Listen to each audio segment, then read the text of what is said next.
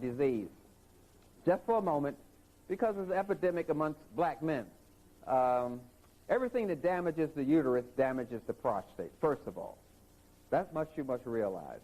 A lot of the damage is caused by rubbers alone, actually, but I don't want to get there. I know the brothers want to put their penis in a rubber coffin. So what we're talking about is the prostate. Vinegar will dry it out. Salt and sugar pull moisture out of the prostate.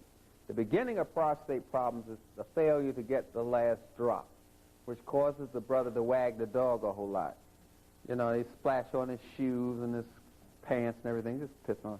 So what they do is put these little stalls between the men in the men's room to stop us from splashing on each other, when actually it's the prostate deteriorating that's causing us to wag around like that, you know, like a windshield wiper. So that's the beginning of prostate deterioration, which occurs when the man is around 12 years old. It starts deteriorating. When you see a couple drops of urine in the boy's underwear, the prostate is already on its way deteriorating. So we have like pain that may go down the leg or in the back or in the front. That's an indication of prostate problem, but we ignore that, you know what I mean, because we're macho, you know what I mean. So men ignore all the early symptoms of prostate problems because we're taught, you know, if you show an injury, our master may sell us right away. So we were taught in slavery not to show injuries. It's just we still acting like a slave, you know what I mean. So what we're talking about is understanding that everything in nature has a cycle. Even trees don't screw each other all year round. They have a time when they're making apples and a time when they're not. Trees are not horny all year round. Sorry. The tide comes in, tide goes out. Everything has a cycle. You point to it, it's got to have a cycle if it's alive. So we are taught that the prostate doesn't have a cycle. We're taught to breed all the time, have sex all the time so we can make babies all the time so the master can make money all the time. So we're still having sex like slaves. So we're into another equation altogether. Then we don't spiritualize the sex activity. We don't say a prayer and ask God to guide us and protect the child that may be conceived, because we're trying to be, you know, worshipers of God, and we're performing a godly activity like eating. We say a prayer for that. We say a prayer when we eat them damn hamburgers from Burger King.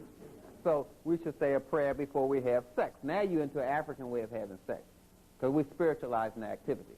So I'm saying it's a spiritual thing, too, because we're not creating the right spirit to move in life. And the prostate helps with our creation process. So it shows that we're not creating the right spirit we need to move in life also, the spiritual side of the illness. Now, the prostate, as I mentioned, is harmed by vinegar, alcohol, sugar, salt, fried foods, and, of course, masturbation. That's too much handy stuff there. So we're talking about healing the prostate. You can do that with a herb called saw palmetto and pygium. Those herbs work. Saw palmetto, pygium. Another herb is called maca, M-A-C-A. And another herb is called moapuama, which is M-U-I-R-A. And the other name is puama, P-U-A-M-A. Moapuama. Another herb is maca, M-A-C-A. Another herb is pygium from Africa, P-Y-G-E-U-M. And saw palmetto from the palmetto tree, S-A-W-P-A-L-M-E-T-T-O, saw palmetto. Those are the major herbs that heal this prostate issue here. But inability to hold your urine, premature ejaculation is also a sign and symptom of prostate deterioration. So sometimes you have to shrink this prostate gland when it's gotten too big. Then you're looking at herbs like shepherd's purse to shrink it. Witch hazel, not the stuff in the little bottle. I'm talking about witch hazel, the herb.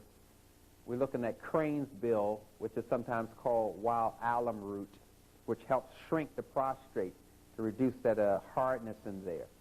So we're looking at shrinking it, we're looking at healing it with the maca, moapuama, pygium, saw palmetto, and we're looking at altering the diet to get rid of the vinegar, which dries the prostate, alcohol, which dries the prostate, sugar, which dries the prostate, vinegar, salt, which dries the prostate. So we're doing a lot of things that are contributing to the illness, along with not being spiritual with the act of sex, which deteriorates the sex act, along with the masturbation.